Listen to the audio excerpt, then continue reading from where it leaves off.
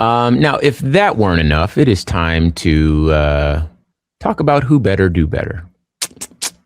And once again, we have the President of the United States of America. So I'll paint the picture. Trump hangs White House plaques mocking Hussein Obama, Sleepy Joe Biden. Okay.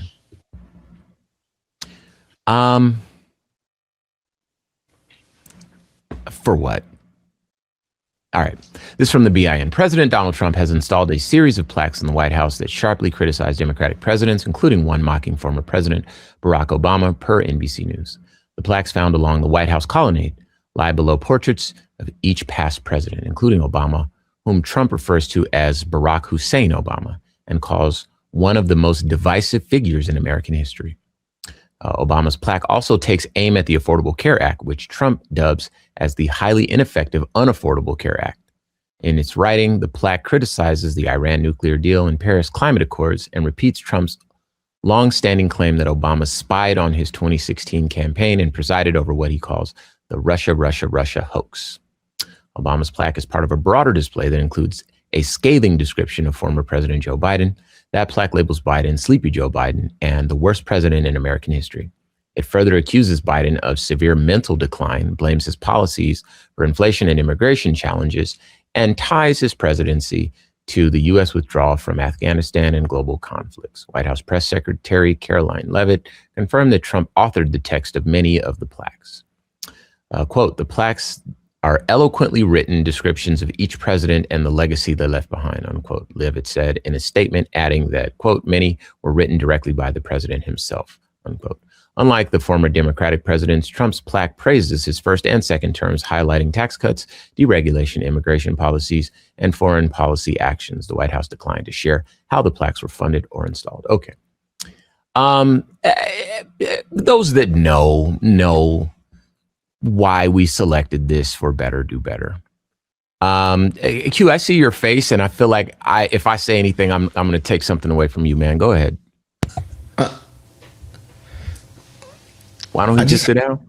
I have a hard time trying to process because we know who he is. Right. Mm-hmm. Every time one of his loyalists, one of his bootlickers says something out loud, mm-hmm. It was so eloquently written. Like, what are you talking? Do you know other people can see and hear you say that? Do you I heard in our pre-production, we referred to this as petty, but that's not, we've been petty before. Like, petty can be cool and funny. This is just immature. Like, it's like petulant. He's like a 8-year-old that's mad. He's the president of the United States. I have to keep reminding people of that every time he does something so disgusting and classless.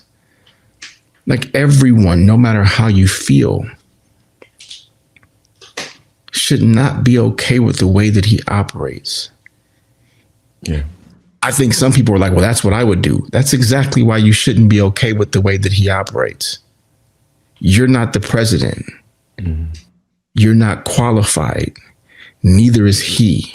And that's the whole point of all of this discussion. It's not even about his politics. It's not even about the policies that he does or doesn't pass or write or author or even have people vote on, because I think they've been in session for like 8 days out of the last year, something like that, maybe 90 days. So they're not doing a lot of work. They're not doing a lot to serve the people that voted for them. They're making a lot of money and they're harming a lot of people. But it's just gross, Rams. Yeah.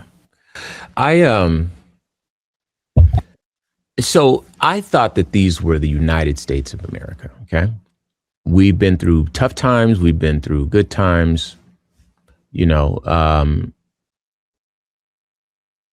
I would imagine that the office of the president should look back and celebrate the presidency.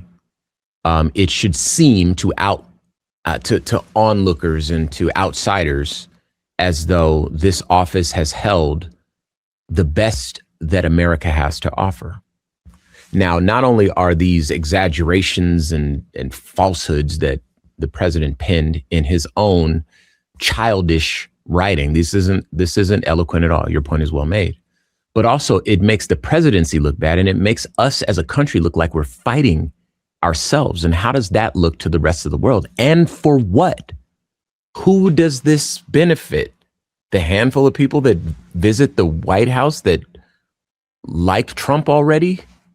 They're not going to like him more because of this. It only serves to say, oh, America's got a problem. Oh, America. This is a divisive man. And I think that this shows exactly how divisive he is. He feeds off of it. He can't help himself. And we're supposed to be united, United States of America. And he's dividing us still. And he won. There's no reason. There's nothing to gain here.